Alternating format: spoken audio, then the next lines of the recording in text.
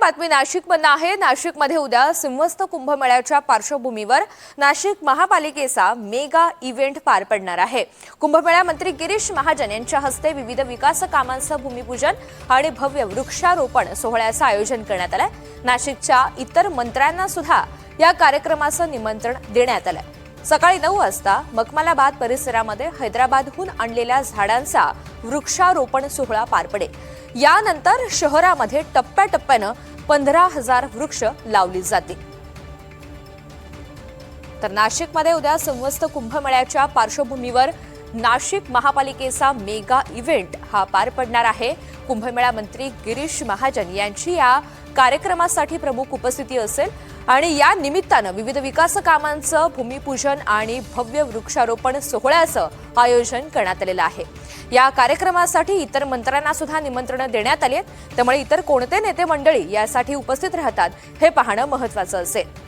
अधिकची माहिती जाणून घ्यात प्रांजल कुलकर्णी आपल्यासोबत आहेत। प्रांजल, एकीकडे तपोवनातील वृक्षतोडीचा मुद्दा हा प्रचंड तापलेला असतानाच दुसरीकडे आता अशा वृक्षारोपणाचा इव्हेंट घेतला जातोय, कार्यक्रम आयोजित केला जातोय, एकंदरीतच कसं पाहायचं याकडे?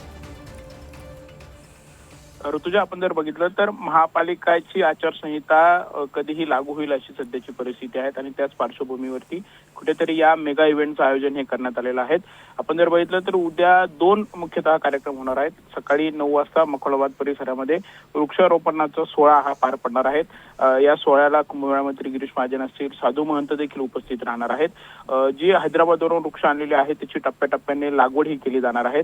एकीकडे आपण बघितलं तर तपोवनातील वृक्षतोडीचा मुद्दा हा सध्या पेटलेला आहे आणि ती झाडं तोडण्याच्या आधी खरं तर वृक्ष लागवड केली जाईल असं देखील गिरीश महाजन यांनी काही दिवसांपूर्वी वक्तव्य हे केलं होतं आणि आता ही झाडं देखील येऊन पोहोचलेली आहेत।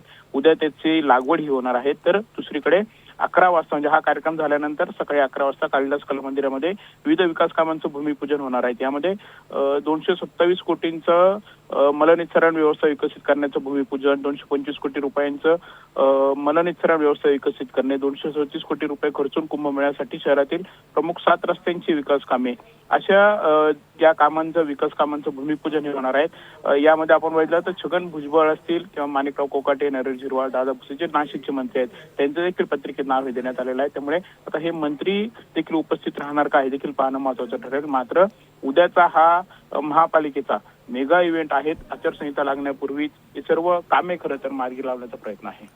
बरोबर, धन्यवाद सविस्तर माहितीसाठी।